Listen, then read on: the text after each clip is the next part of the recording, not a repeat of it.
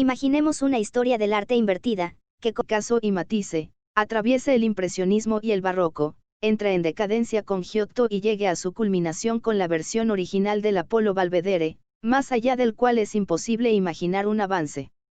En el arte hay una especie de progreso cognitivo, en el que se supone que el arte se aproxima progresivamente a ese tipo de cognición. El arte es un estadio transitorio en el advenimiento de cierto tipo de sabiduría. La pregunta entonces es, ¿en qué consiste esta cognición? Y la respuesta, aunque en principio pueda resultar decepcionante, es, en el conocimiento de lo que es el arte. La historia acaba con el advenimiento de la autoconciencia, o mejor, del autoconocimiento. El arte llega a su fin con el advenimiento de su propia filosofía.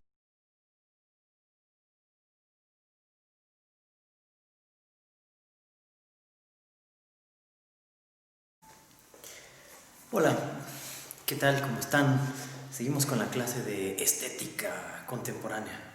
Bueno, el día de hoy, que bueno, en realidad puede ser cualquier día, que lo van a ver cualquier día, o quizá nunca, pero esa es una de las cuestiones que vimos con Benjamin a propósito de la reproductibilidad técnica, la ubicuidad, el hecho de que la obra de arte puede estar en cualquier lugar por su reproductibilidad, quiere decir que también puede estar en cualquier tiempo y en cualquier momento, lo cual significa, a final de cuentas, una ubicuidad y una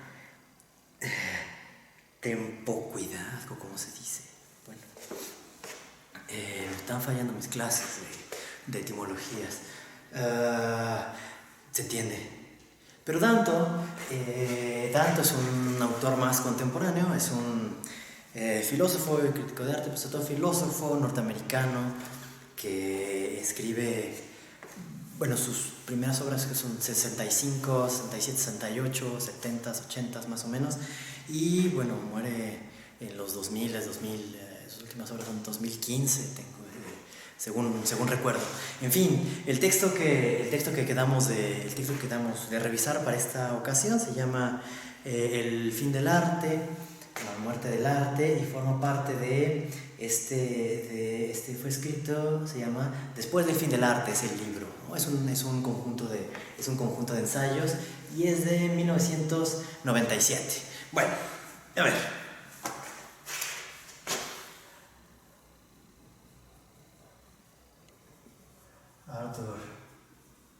Arthur Danto. Bueno, más o menos se ve suficiente. Lo importante de Arthur Danto es que se sube, se monta en los hombros de Hegel para hacer suya esta famosa tesis de el final del arte.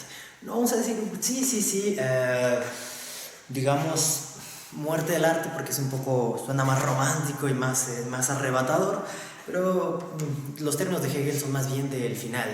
Entonces, esta es la razón, pues, por la cual la clase pasada nos intoxicamos con las estéticas de Schelling y de Hegel para tratar de entender el contexto, el contexto en general de la discusión sobre la estética en el siglo XIX, a la luz del historicismo y en el idealismo alemán. Eso quiere decir no solamente esta tendencia ilustrada, sino además también una idea del saber como el camino del espíritu.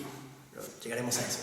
Entonces, del lado o aparejado del nombre Hegel, desde luego hay dos grandes muertes, dos grandes finales que se han repetido hasta el cansancio, seguramente, y si no están cansados o cansadas es que tiene un aguante tremendo, que son la muerte del arte y el final del arte y el final de la historia. Quizá el más famoso de ellos sea el final de la historia, una tesis postulada por Fukuyama, que fue además un receptor de Hegel por vía de Kojev. Bueno, en el texto que nosotros leímos también identificaron, en el texto de Danto que leímos, también identificaron la figura de Kojev porque está citada. Entonces, realmente es un Hegel kojevianizado y que además, bueno, no sorprende porque es un Hegel bastante accesible, ¿no? El de Kojev, y además es un Hegel Es un Hegel muy atractivo porque es el Hegel de precisamente del deseo, es el Hegel de la lucha a muerte y del reconocimiento por encima de todas las otras secciones de la filosofía hegeliana. Es el Hegel que nutrió las páginas de Lacan, que inspiró a Lacan en su dialéctica del amo y el esclavo y en general más adelante en su idea sobre el otro y el reconocimiento o el mal reconocimiento, méconnaissance. Y bueno, también con el tema de Foucault y muchos otros. Entonces, creo que aquí hay que distinguir, bueno, teoría hegeliana y teoría hegeliano-kojeviana, ¿no? Entonces, si hay un motivo muy pesado dentro de la recepción, o un motivo fundamental en la recepción de Kojève de Hegel, es la idea del final. Entonces, bueno, Hegel desde luego que habla de final, específicamente en el caso de, bueno, el otro final es el final del arte, del cual no habla Fukuyama, sino habla Danto, pero uno puede reconocer los signos y uno puede reconocer la impronta kojeviana de forma muy, muy evidente, ¿no? Pero bueno, cualquiera que conozca a Danto y que lo haya leído seguramente sabe mucho más que yo. Que cualquiera que se dedique a Danto sabrá seguramente mucho más que yo y me podrá impugnar todas estas barbaridades que estoy diciendo, pero realmente pues haciendo una comparación filológica son cosas que resultan verdaderamente muy, muy evidentes. Pero bueno, ¿dónde sí tiene esto pie dentro de la filosofía hegeliana? Bueno, particularmente quizá la cuestión de la historia sea más problemática y más escandalosa, no habría que verlo así, pero en el caso del arte no resulta demasiado difícil reconocerlo, porque a ver, lo que abordamos en la clase pasada era que Hegel describe un movimiento progresivo de autoconciencia, ¿sí? Entonces, si es cierto que el arte llega a su final, eso no quiere decir que el espíritu llegue a su final, o que el espíritu llegue a su final en el arte, o que se consuma en el arte, tal como sí podría ser el caso en Schelling. La filosofía del absoluto en Schelling necesariamente tiene la forma del arte. En el caso de Hegel no. En el caso de Hegel Maduro no. Para Hegel el arte forma una parte del espíritu absoluto, que forma parte del movimiento de la autoconciencia y que junto con la religión y la filosofía realmente consuman el saber absoluto. ¿Pero qué significa esto? Lo podemos, claro, son debates de siglos, pero podemos ponerlo en esta ocasión en términos relativamente sencillos. A ver, de lo que se trata la dialéctica hegeliana es de una conciencia que no se sabe, y de hecho la conciencia es aquello que no se sabe, y cuyo movimiento consiste en una apropiación de sí mismo, de tal manera que lo que se manifiesta originalmente como lo otro, como lo diferente, como lo extraño, como lo que está afuera, se termina revelando después como una contraposición irreconciliable y que finalmente la palabra no es supera, pero se asume, ¿no? Queda aufgehoben, hebt sich auf, en un tercer momento que incluye los otros dos, pero que solamente representa un movimiento de autoconciencia. Sí, otra vez. La conciencia es aquella instancia subjetiva que tiene experiencias, y tener experiencia significa la presentación de un objeto o de una cierta objetualidad. Aquí vamos a reconocer la estructura sujeto-objeto de manera muy clara y de manera muy sencilla, ¿sí? Ahora, lo que se presenta de forma inmediata es ese objeto, y ese objeto parece real, verdadero, consistente e indubitable. Constituye precisamente lo que Hegel llama la certeza. Pero resulta que esas cosas no tienen ninguna estabilidad, porque en tanto que están por lo menos sujetas al tiempo y al espacio, pero después están sujetas a otras categorías, finalmente cambian, ¿sí? El ejemplo más sencillo que se da en la fenomenología del espíritu es, bueno, cuando yo pretendo captar una cosa y digo, ahora es la noche, o ahora es de día, o ahora estoy cansado, o ahora, bueno, pues eso se vuelve falso en 5 minutos, o en 20, o en 12 horas, o en 12 horas. Sí, si digo ahora es la noche, bueno, pues en 12 horas va a dejar de ser la noche, entonces esa frase que yo escribí se vuelve falsa. Entonces, las cosas están en un constante cambio, están en un constante movimiento, y eso quiere decir que los intentos por aprenderlas fallan necesariamente, porque las cosas se mueren, porque las cosas se pudren, porque las cosas cambian de lugar, porque las cosas cambian de tiempo. Esta dinámica de las cosas, esta dinámica del devenir, es el punto de partida de la filosofía del idealismo alemán en general, muy particularmente de Hegel y de Schelling. Pero eso no es lo que pretende explicar. Lo que pretende explicar es cómo surge lo estable, y particularmente cómo surge el saber, y cómo el saber lo que hace es captar dentro de ese movimiento lo esencial. No lo esencial de la cosa fuera del movimiento, sino la esencia misma del moverse de las cosas. Y ese movimiento de las cosas no es más que el movimiento de la propia conciencia conociéndose a sí misma. Ok, a ver, vamos a ponerlo de una forma todavía en aproximaciones sucesivas. Hegel es un alumno de Kant. Eso hay que tenerlo siempre claro. Eso quiere decir que él radicaliza las intuiciones kantianas o las ideas kantianas. ¿Cuál es la idea fundamental de Kant? En ese sentido, es que no es el mundo el que nos dice a nosotros lo que él es, sino somos nosotros los que lo interrogamos con nuestros conceptos, ¿no? Son los conceptos puros del entendimiento y con nuestras formas de la sensibilidad, pero dicho en pocas palabras, de lo que se trata es que no es que el mundo pasivamente se nos esté dando, ni tampoco que el mundo se esté revelando sin concurrencia de nosotros, sino es todo lo contrario. Nosotros activamente, y ese es el punto, la idea de la espontaneidad, nosotros activamente estamos interrogando el mundo con nuestras categorías, es decir, con nuestros conceptos, con nuestra estructura subjetiva, de tal manera que nosotros, cuando generamos un saber, no tenemos una colección de hechos que vamos recopilando por ahí en el sentido empirista del término, sino lo que tenemos es un saber, y ese saber tiene necesidad, y esa necesidad no le viene de la cosa, le viene de nosotros. Nosotros somos los que le imponemos a las cosas la necesidad, y todas aquellas viejas ideas de la metafísica, como la sustancia, como el atributo,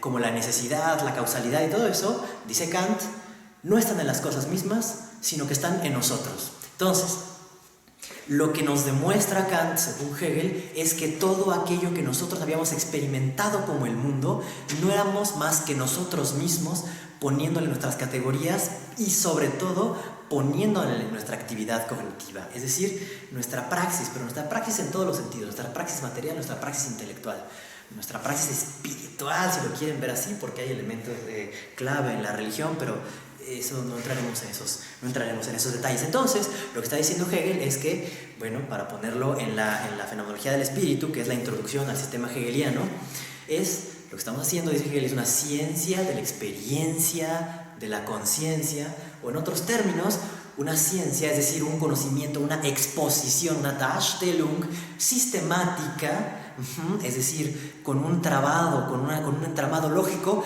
que nos muestre la historia genética de la conciencia y cómo llega a saber ella que ella es toda la realidad.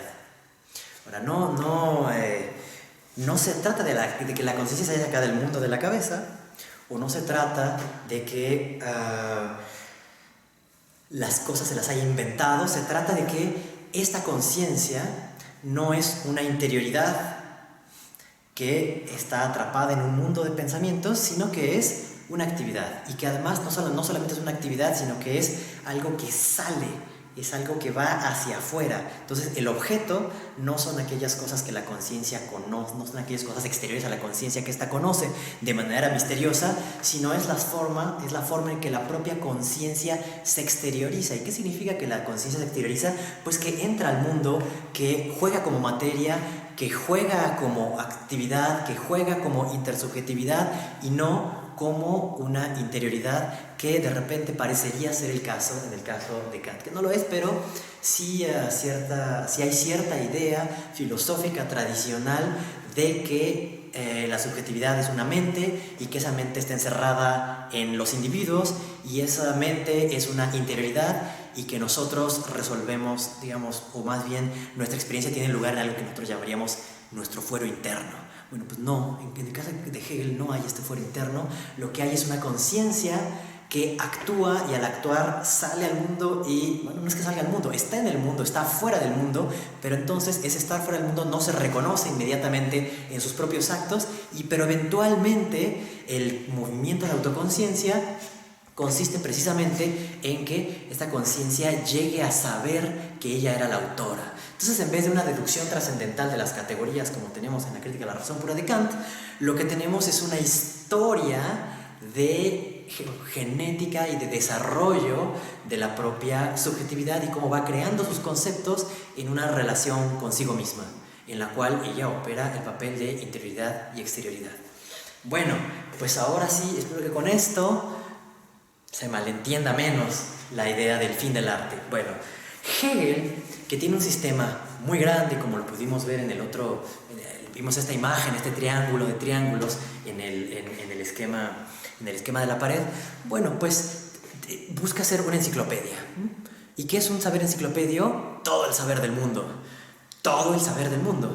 Pero, a diferencia del enciclopedismo francés, que para Hegel es una mera rapsodia o una acumulación de hechos que están organizados de manera exterior, por orden alfabético, de lo que se trata ahora es de crear una presentación sistemática de todo lo que sabemos. Y eso incluye, pues, toda esta área de la metafísica que nosotros hemos llegado, bueno, Hegel dice, hemos llegado a nombrar lógica, pues, la metafísica. Después hay otra parte que es la filosofía de la naturaleza, que es toda la ciencia, todo lo que nosotros sabemos sobre los fenómenos de la naturaleza, en todas sus escalas, desde lo inanimado hasta lo animado, hasta lo inteligente, pero solamente en la medida que es naturaleza. Y finalmente tenemos una parte del espíritu, en la cual se desarrolla propiamente lo humano, y que comienza con esta inteligencia natural, pero que después se va a desarrollar a partir del trabajo, a partir del lenguaje, la intersubjetividad, para crear instituciones, y finalmente en la cúspide de esta pirámide, si lo queremos representar ahí, está el famoso espíritu absoluto, es decir, el máximo grado de autoconciencia del espíritu, o el momento en el cual el espíritu ya no es conciencia. Esto no lo dije, o sea, la conciencia, la fenomenología del espíritu trata de la conciencia, ¿sí? Trata sobre todo de ese momento del espíritu que es conciencia, en el cual está desgarrado y en el cual él no sabe que lo otro es él mismo. El espíritu, por el contrario, es ya ese retorno a sí mismo desde el ser otro, desde el haber sido otro. Y en términos muy generales es la forma, o sea, es decir que la cultura es la manera en que los conceptos, después de haber estado extraviados en la naturaleza, después en el empleo o en el pensamiento de la naturaleza, regresan a sí mismos para crear un mundo, ahora sí, puramente humano. Y en la cúspide de ese mundo puramente humano está el saber absoluto, y ese saber absoluto está a su vez dividido en tres partes, que son el arte, que corresponde al absoluto en su forma sensible, la religión, que corresponde al absoluto como infinitud, y finalmente está la filosofía, que lo que finalmente logra este retorno absoluto del espíritu, en el cual se quedan conservados los momentos de la sensibilidad del arte y de la intelectualidad del infinito en la religión. Ahora, ¿por qué el arte se acaba? Así, pues no llegamos nunca. ¿Por qué el arte se acaba? Bueno, el arte, así como dice la lectura de Hegel es difícil porque, como ahora he tratado más o menos de decir, va atravesando diferentes registros, va atravesando registros, y vamos a ponerle nombres más comunes y corrientes o con los que estamos más familiarizados, tiene temas metafísicos, temas nociológicos, tiene temas políticos, temas artísticos y la lógica dialéctica, sí hay algo así. Sí hay algo así. La lógica dialéctica tendría que no solamente atravesar todos estos registros, sino mostrar de manera genética cómo unos se van engendrando a los otros para que haya un sistema realmente en el sentido hegeliano del término. Bueno, si hemos dicho que la historia completa es para Hegel la historia de la autoconciencia o del advenir de la autoconciencia, entonces el arte es también un momento más dentro de la autoconciencia humana. Pero no es el último. Y si no es el último, quiere decir que es una etapa que después queda superada. Hegel llama esto momento. Cuando un momento podríamos decirlo como los movimientos de una obra. Cuando termina un movimiento, cuando termina un momento, pasamos a otro. Eso no quiere decir que el otro haya quedado olvidado. Cuando nosotros escuchamos el segundo movimiento de una sinfonía, que es un adagio, por ejemplo, es un movimiento más lento, bueno, eso en realidad eso tiene sentido porque contrasta con una primera parte de la sinfonía que probablemente fue muy rápida, y luego cuando termina ese movimiento en la sinfonía romántica, ese movimiento en medio, el tercero suele ser muy alegre, suele ser vivace, suele ser un alegro. Entonces todo lo que está atrás está retenido de alguna manera, y bueno, es un símil solamente, está retenido, está asumido, pero no fue más que un momento. Bueno, salvadas las enormes diferencias, el arte constituye un momento de la gran sinfonía del espíritu, ¿no? Y dirán que ya me puse demasiado romántico demasiado anti-hegeliano, por cierto. Bueno, no. El asunto es que el arte cumple un papel determinado dentro del sistema. Y, como hemos dicho, corresponde a la autoconciencia, el nivel más alto de autoconciencia, es decir, dentro del espíritu absoluto, pero dentro de la forma de la sensibilidad. Eso quiere decir que históricamente hay un momento en que la humanidad se conoce de forma más excelsa por medio del arte. Punto. Eso es lo que quiere decir. ¿Y cuál es el momento? La antigüedad. No hay para Hegel y en general para los románticos momento más excelso del arte por la perfección que el arte griego. ¿Por qué? Porque el arte griego lo que logra es la perfección de la figura humana dentro de la expresividad de su movimiento. Si cuando ustedes observan realmente las grandes producciones del arte griego, de lo que se trata es de una glorificación del cuerpo humano. Y no solamente del cuerpo humano, sino de la acción del cuerpo humano, de la expresividad del cuerpo humano. Entonces, para Hegel hay un cierto apego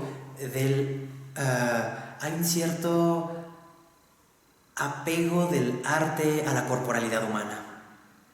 Después, cuando la figura empieza a ser deformada, y eso es de lo que va a hablar Dante, otro lapsus, no, de eso es de lo que va a hablar Danto. Después, cuando las figuras empiezan, más bien un proceso de transfiguración y empiezan a alejarse de la mímesis,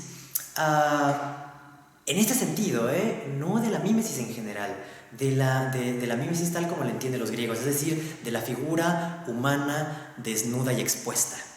Empiezan otros temas, porque entonces la mímesis ya no será de la figura humana, será del paisaje, será de las situaciones, será de los sentimientos, será de la propia productividad de la naturaleza, como dice Schelling. Se copian diferentes cosas, pero esas cosas que intenta copiar el arte después en un sentido de mímesis o de conocer, porque este es el sentido cognitivo que le asigna Hegel al arte, resulta que lo puede hacer mejor otra cosa, ¿sí? Es decir, la religiosidad, por ejemplo, no está captada de manera excelsa necesariamente por el arte. ¿Por qué? Porque el arte tiene dentro de la religión un sentido muy popularizador, ¿sí? En cambio, parecería que en el mundo griego ese arte no tiene otra finalidad que expresar el espíritu mismo de la existencia de los griegos. Y en el caso del cristianismo, ya no es el arte el que lo expresa mejor, sino es la teología, por ejemplo. Cuando se contrapone Wissen und Glauben, fe y saber, la fe, para Hegel la fe es una forma bastante degradada de la religión. Para él, la verdadera religión está en el pensamiento y en la concepción de la infinitud de Dios. ¿Sí? No está en los sentimientos, ni en las inclinaciones, ni en todas estas figuras a las cuales parece apelar la pintura religiosa. Ahora, cuando digo pintura religiosa van a decir, pero ¿cuál? ¿No? Si la pintura de los primeros, las pinturas que hacían los antiguos cristianos en sus catacumbas, o las pinturas que se hicieron en las últimas fases del Imperio Romano, o en Bizancio, los iconos, o estoy hablando de la Edad Media, o estoy hablando del Renacimiento y cómo se pinta, cómo cambia la concepción del cuerpo, qué es lo que se expone, por ejemplo, qué es lo que expone un Caravaggio. Bueno, no estamos entrando en esos detalles. Y no es que Hegel desconociera, Hegel era bastante buen conocedor del arte. Lo que sucede es que lo que él está diciendo es que el arte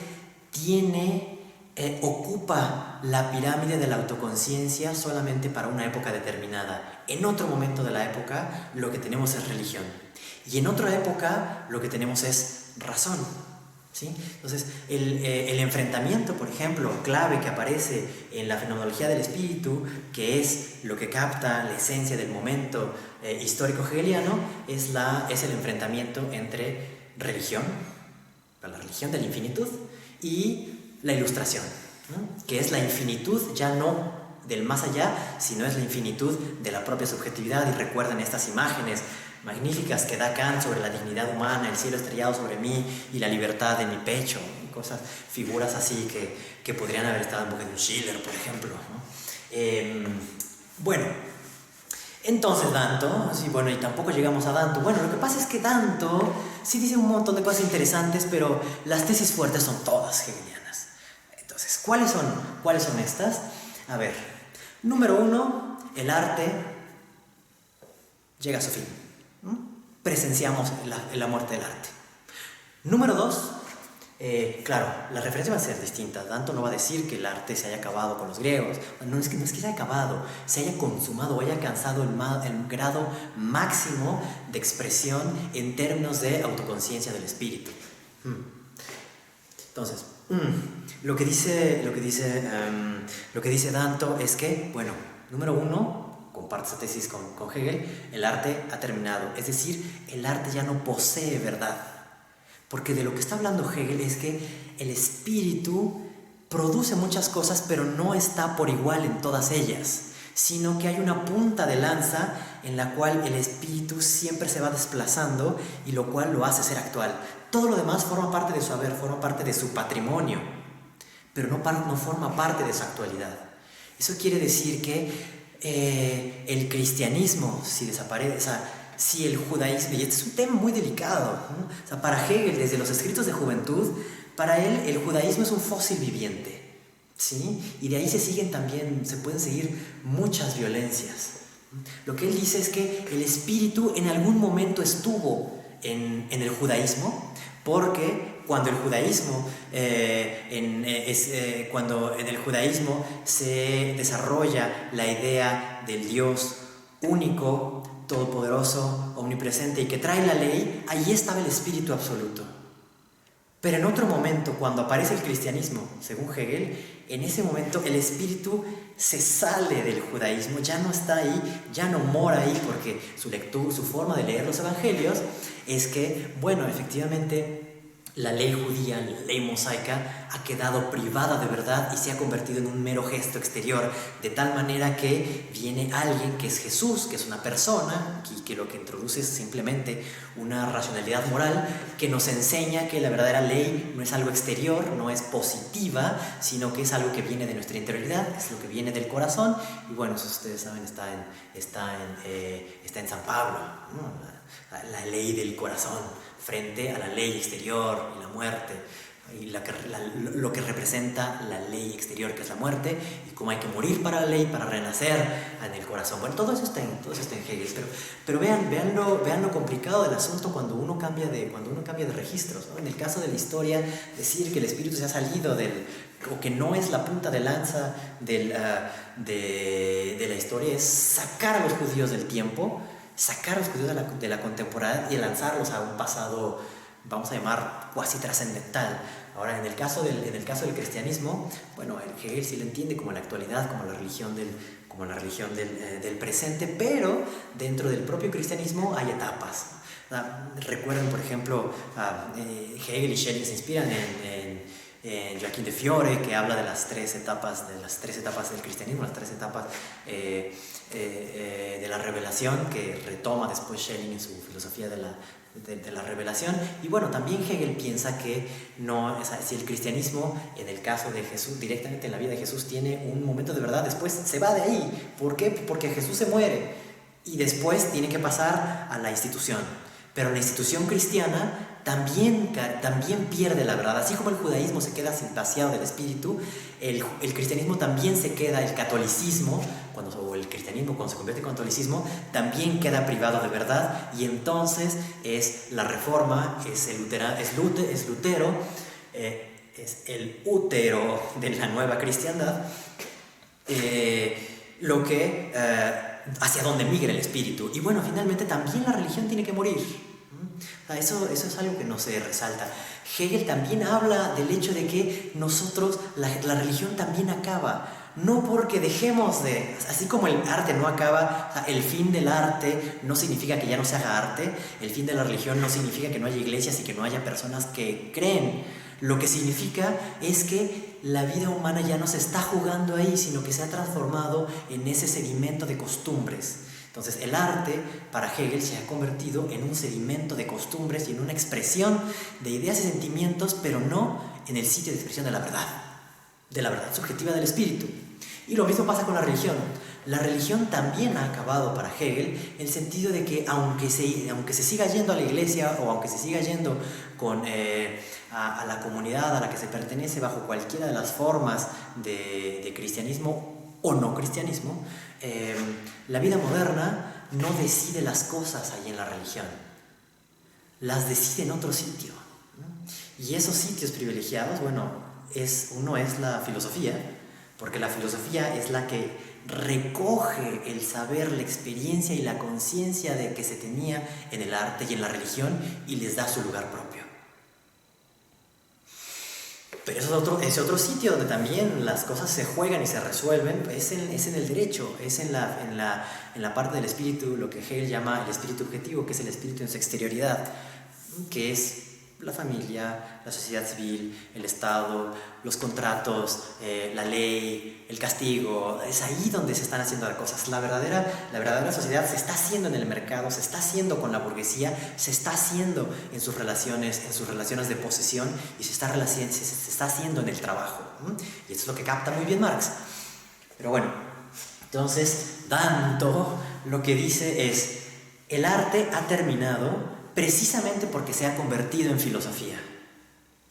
Ahora, la agudeza de Danto consiste en haber actualizado a Hegel, si no, no tendría ninguna relevancia. Consiste en haber haber hecho su propia lectura del arte hasta cuando escribió, ¿no? Muy particularmente en sus obras después de esto con Warhol. Haber leído hasta Warhol, hasta las vanguardias, y haber mostrado cómo ese arte que parece no ir a ningún lado, efectivamente no va a ningún lado, porque ha muerto, porque ha llegado a su fin. Pero, a diferencia de una lectura quizá apocalíptica, en la cual el arte se habría acabado porque se habría extraviado, o porque no sabría qué hacer, más bien el arte se acaba porque se cumple. No porque se cumpla lo que ha estado escrito en los cielos, sino porque el arte cumple lo que se había dado él como meta. ¿Sí? Ahora, Entonces resulta completamente natural que el arte, si es una forma de conocimiento y si tiene algo de verdad, y si esa verdad eventualmente, o más bien está tirada por el caballo de la autoconciencia, por los caballos de la autoconciencia, por ponernos muy platónicos y muy dialécticos, entonces es completamente esperable y natural que el arte se transforme en filosofía, porque el arte ya no va a hablar de algo más, ya no, el tema del sujeto del arte, es decir, el tema del arte ha sido, bueno, al menos en Occidente, ha sido los dioses, o han sido las sagas, o han sido los grandes libros, ¿no? O sea, los libros de la antigüedad clásica, como las Metamorfosis, o ha sido la Biblia, el Antiguo Testamento, el Nuevo Testamento, y después, en la época moderna, cuando ya no hay que pintar ese mundo antiguo, sino hay que pintar la actividad del espíritu y la presencia del ser humano en la actualidad de la historia, pues entonces hay que pintar a Napoleón, y hay que pintar las batallas, y hay que pintar los caballos. Y después, cuando todo eso fracasa y cuando el mundo se ha convertido en una hecatombe, entonces hay que regresar otra vez hacia una interioridad que se distancia del mundo, que se distancia de esta cotidianidad que se ha vuelto falsa. Bueno, todos esos temas lo que van haciendo es que vaya desapareciendo la idea de que el arte tiene que retratar algo, por ejemplo la naturaleza, o por ejemplo temas eternos, o por ejemplo la divinidad, hacia un arte que tiene que pintar la propia humanidad. No aquello a lo que la humanidad aspira, o no aquello que se le ofrece a la humanidad como objetos de experiencia, sino la humanidad misma. Lo que quiere la humanidad moderna no es pintar cosas, no es pintar objetos, es pintarse a ella misma. Finalmente reconocerse en la pintura, reconocerse en la escultura, reconocerse y saberse en eso que pinta, o en esa música que compone. O sea, piensen, por ejemplo, en la música romántica. La música romántica ya no está remitiendo a temas clásicos, no está remitiendo a la antigüedad necesariamente, sino que está trayendo toda esa antigüedad a la actualidad de un espíritu sintiente y desgarrado que le canta a la alegría venidera, donde finalmente todos los hombres, seres humanos, serán hermanos, alle Menschen werden Brüder, y se recomponga el lazo social, ¿no? Lo que la moda, lo que la vida, was die Mode streng geteilt, lo que la vida cotidiana ha desgarrado entre nosotros. Vale, pues, entonces lo que está señalando Danto es que el arte cada vez habla más de la humanidad y cada vez habla menos de Dios y menos de la naturaleza y menos de las cosas, hasta que finalmente se transforma en un medio en el cual el arte habla de la pura humanidad, pero no de la humanidad en general, sino de la humanidad artística. Es decir, para ponerlo de una manera menos confusa, el arte se vuelve una forma de mostrar el propio arte, ¿sí? El arte se vuelve autoconciencia en la medida en que se vuelve autorreferencial, y entonces el arte se vuelve radicalmente histórico, porque ya no está pintando cosas que tengan que estar ahí, o ni siquiera en la interioridad del sentimiento, como podría ser en el sentimentalismo romántico, sino de lo que se trata de mostrar es el arte mismo. El arte pinta el arte, o el arte pinta sobre el arte, ¿sí? Aquí podríamos pensar que este cuadro de blanco sobre blanco es en realidad eso, el arte pintando sobre el arte, o el arte pintando sobre el lienzo del arte.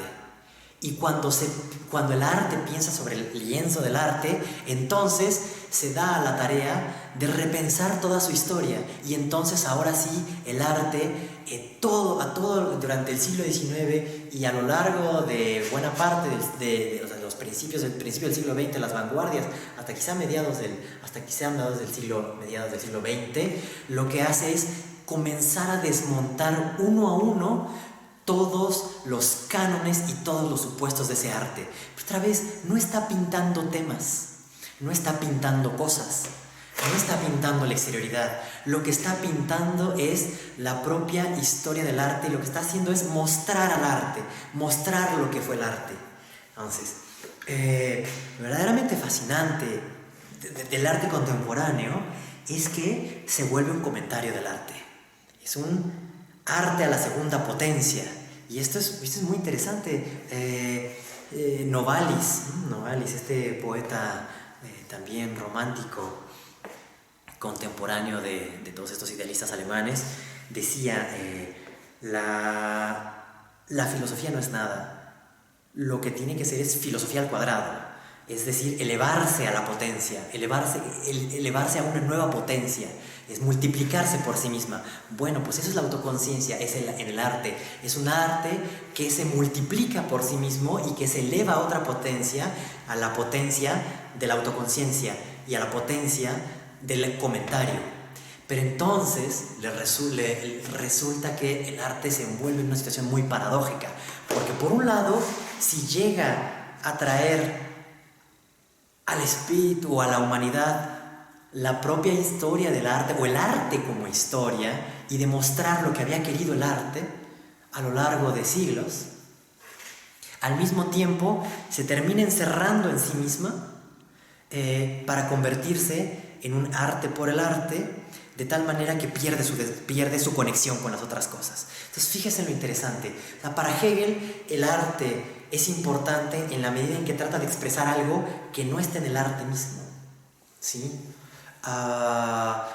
Porque todavía hay algo por venir. Entonces, el arte lo que trata es de expresar en sus propios términos algo que de todos modos no está del todo ahí, y por lo tanto el arte tiene esta inestabilidad en la cual busca los temas y busca insertarse de diferentes formas en el individuo, o en la comunidad, o en la liturgia, o en el espacio público, también en la arquitectura, para el modo de ser común de la gente al caminar. ¿Me explico? El arte siempre está volcado hacia algo más, hacia otra cosa. Solamente que el arte poco a poco se va volviendo autoconciencia, hasta que el arte solamente habla de sí mismo y ya no habla de nada más que de sí. Pero este momento en el que logra hablar de sí y exponerse y a sí mismo como lo que ha sido, en ese momento también se desconecta del resto de las cosas y entonces pierde su valor. Entonces, vean, esto es muy típico de Hegel. Una cosa llega a su cúspide en el momento en el que ya no tiene que decir nada, pero no tiene nada nuevo que decir. Pero en ese no tener nada nuevo que decir, ha llegado a un grado de autoconciencia y de saber tal que precisamente puede pasarle la estafeta a alguien más.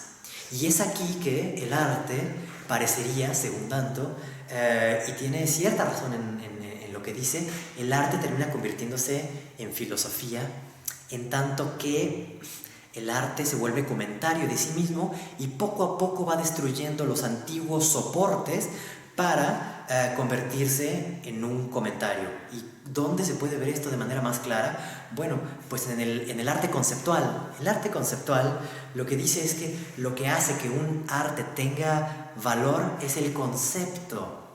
Fíjense, el concepto, palabra Begriff, ¿no? Es el concepto hegeliano. Concepto es el concepto hegeliano por excelencia. Sí, porque ese es el concepto al cuadrado, es saber, es decir, reflexión. No hay, me parece, nada gratuito, no hay nada gratuito al respecto. Entonces, cuando Danto habla del fin del arte, lo que dice es que el arte revela lo que siempre había querido. ¿Y qué es lo que siempre había querido? Representar. Lo que había querido era ser mímesis.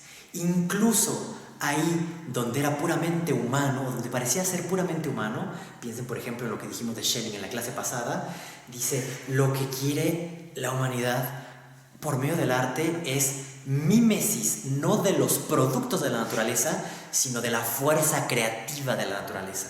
El genio romántico es aquel que logra conciliar la parte pasional, inconsciente de la naturaleza y la parte racional y cultural, que es lo que le permite darle forma a esa materia bruta y crear la obra de arte. Y la obra de arte al mismo tiempo es una cosa, es una presencia, es algo actual, es un material trabajado, pero al mismo tiempo formado por la idea de tal manera que puede representar lo absoluto o lo infinito o lo propiamente humano.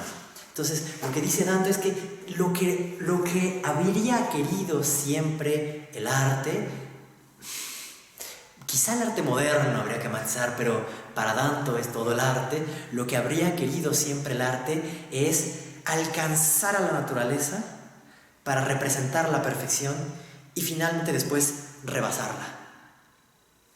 El asunto es que cuando el arte está en esta época convulsa del siglo XIX buscando qué es lo que debe ser, resulta que aparecen la fotografía y el cine, los dos temas de Benjamin. Y lo que precisamente operan ellos es lo que dice Benjamin, que el arte, entonces, cuando aparecen estos medios tan fieles de reproducción del sonido y de la imagen, entonces el arte pierde un poco el sentido, o más bien pierde absolutamente su relevancia mimética. Ahora, si la mímesis debía ser de acciones, como en el caso de Aristóteles, que es raro, ¿no? Porque, o sea, sí hay la teoría de Aristóteles que identificamos con la mímesis, sentido de la copia de la naturaleza. Bueno, no, Aristóteles es mucho más sutil, como lo vimos en la clase sobre la poética, pero parecería que sí en el siglo, por lo menos desde el Renacimiento hasta el siglo XIX, había una idea de que las artes y las ciencias iban de la mano y que los progresos técnicos iban a estar con la ciencia y la industria, pero los progresos cognitivos iban a estar en el arte. Por ejemplo, cuando ustedes analizan el arte del Renacimiento, lo que verán son sendos tratados de geometría proyectiva. El asunto no era tanto pintar un tema, sino pintar que se sabía ya cómo dominar la perspectiva y que se podía confundir incluso con las cosas. Hay una historia que recoge por ahí Plinio el Viejo entre un supuesto concurso entre dos grandes pintores. Este concurso entre Zeuxis y Parrhesio era por ver y decidir quién era el mejor de los dos pintores.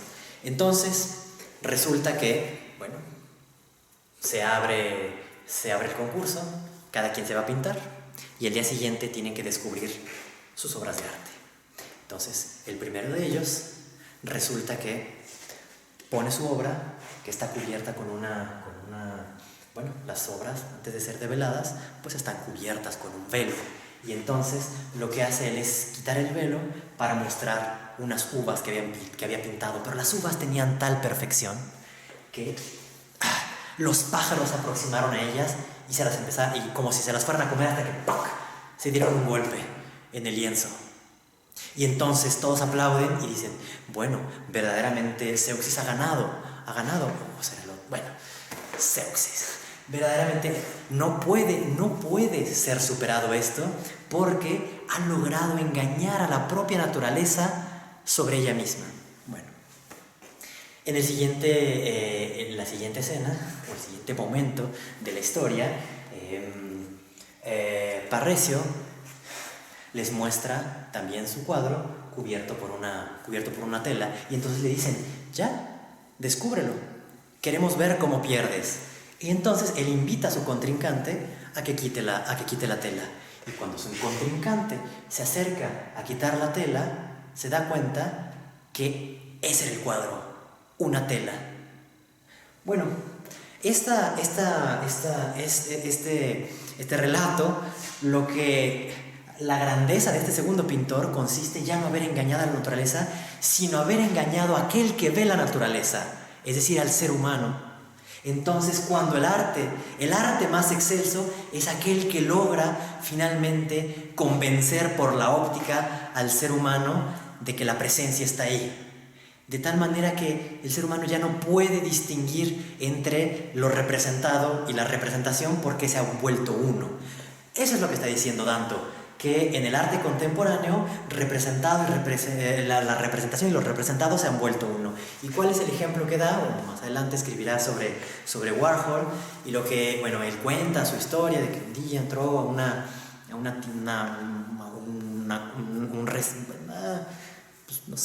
cuarto, un establecimiento, sí, eso era la palabra. Entra al establecimiento y ve unas latas o ve alguna de las obras de Warhol, pero no sabe que es Warhol, entonces él cree que verdaderamente son las latas o la caja esta del limpiador, y de repente se acerca y ve otras cosas y se da cuenta que está en otro lugar, y entonces pregunta y le dicen que esas obras, que son obras de arte y que son de un señor Andy Warhol, y supuestamente ahí es donde le cae la manzana de Newton en la cabeza y dice, bueno, lo que pasa es que el arte se ha acercado a la vida contemporánea hasta tal punto que se ha vuelto indiscernible de ella.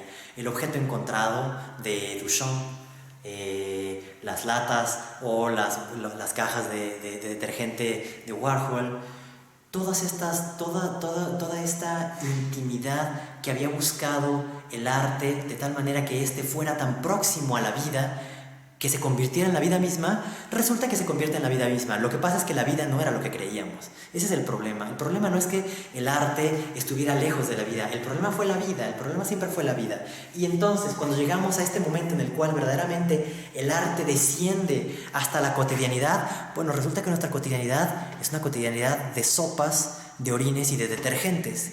Y no hay más.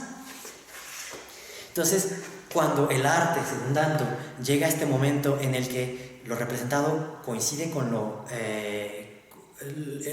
la representación coincide con lo representado, entonces el arte entiende que eso que había estado buscando realmente ya lo logró. O no solamente lo logra el arte, otras técnicas como la fotografía y la pintura, pero ya la fotografía y el cine, sino que el arte mismo ya antes lo había logrado engañarnos a los sentidos. El asunto es que la verdad no se juega en los sentidos. Ese es el asunto. La verdad no se juega en la apariencia. La verdad se juega en la reflexión. Y esa es la idea hegeliana.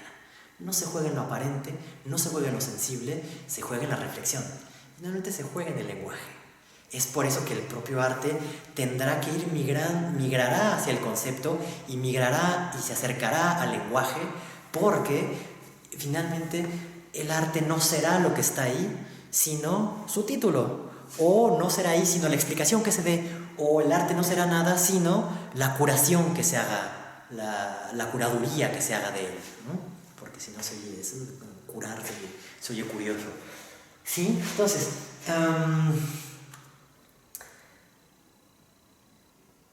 para recapitular, a ver, lo que está diciendo Danto es, tal como Hegel, el arte sí llega a su fin. Y tal como dice Hegel, llega a su fin porque ha logrado un resultado cognitivo que él se había dado en algún momento. No sé si todo el arte, no sé, no me interesa. Lo que quiere decir es que el arte sí cumple. Miren lo interesante, y es algo que dice Hegel. No es que nosotros estemos constantemente persiguiendo algo que siempre se nos escapa.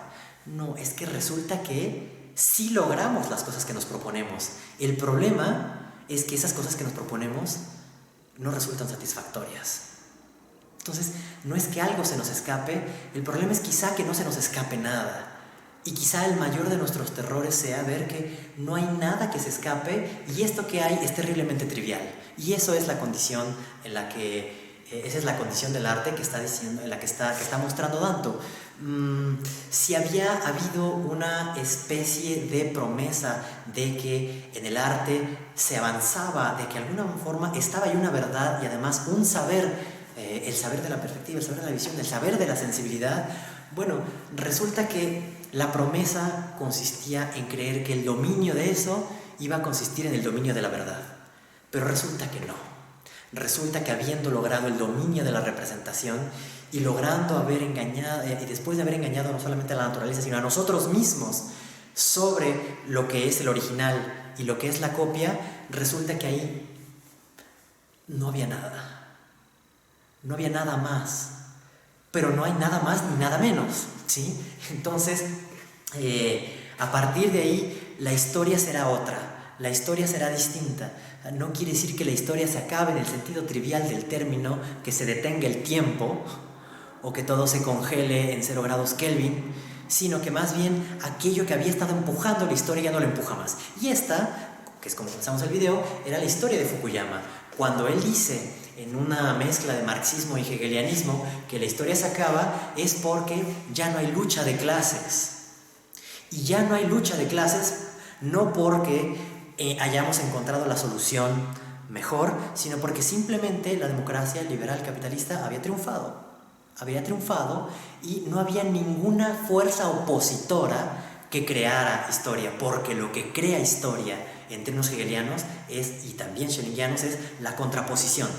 Y entonces lo que la dialéctica que se había jugado en el arte, dice Danto, como sistema de representación, es entre la apariencia y la realidad.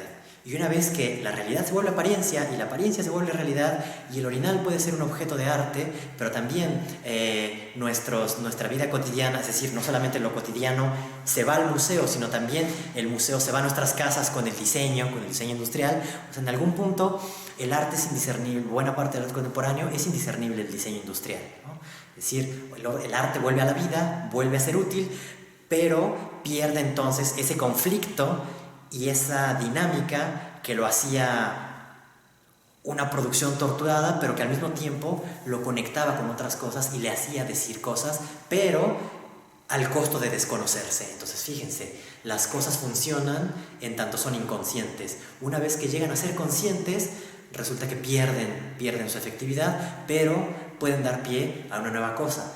Y esta nueva cosa, pues, es la filosofía, en el caso de Danto. Ahora, es muy curioso porque esto que pasa en el arte, en el cual el arte se hace filosofía en tanto que se vuelve comentario de sí mismo, resulta interesante compararlo con lo que pasa en la filosofía, porque en la filosofía lo que hace es justamente el camino opuesto, entregarse al arte. Si ven el último de los grandes filósofos de la tradición occidental, que es Heidegger, su apuesta está en que precisamente la tarea de la filosofía consiste en desmontar, tal como el arte desmonta todos los cánones de la pintura representativa, las proporciones, la armonía musical, las proporciones también del cuerpo. No me estoy persinando, es las proporciones, sí, las proporciones del cuerpo en la escultura, ¿no? O sea, figuras alargadas, el cubismo, la deformación, o sea, todas esas cosas que vemos en el siglo XX. Bueno, también Heidegger parecería estarlo haciendo del lado de la filosofía, desmontarla. Esto que después Derrida popularizó como deconstrucción, pero que en Heidegger hay una idea muy clara de Abbau, desmontar, destrucción de la destrucción de la historia de la metafísica. Bueno, resulta que Heidegger, cuando desmonta todos estos conceptos del entendimiento y toda esta metafísica en la que hemos creído y sobre la cual están asegurados la subjetividad por un lado y la objetividad por el otro, resulta que cuando se desmontan nos conducen a una experiencia más originaria, que es el acontecer de la verdad. Lo vimos en la primera clase antes, pues, del coronavirus y antes del paro y antes de todo eso,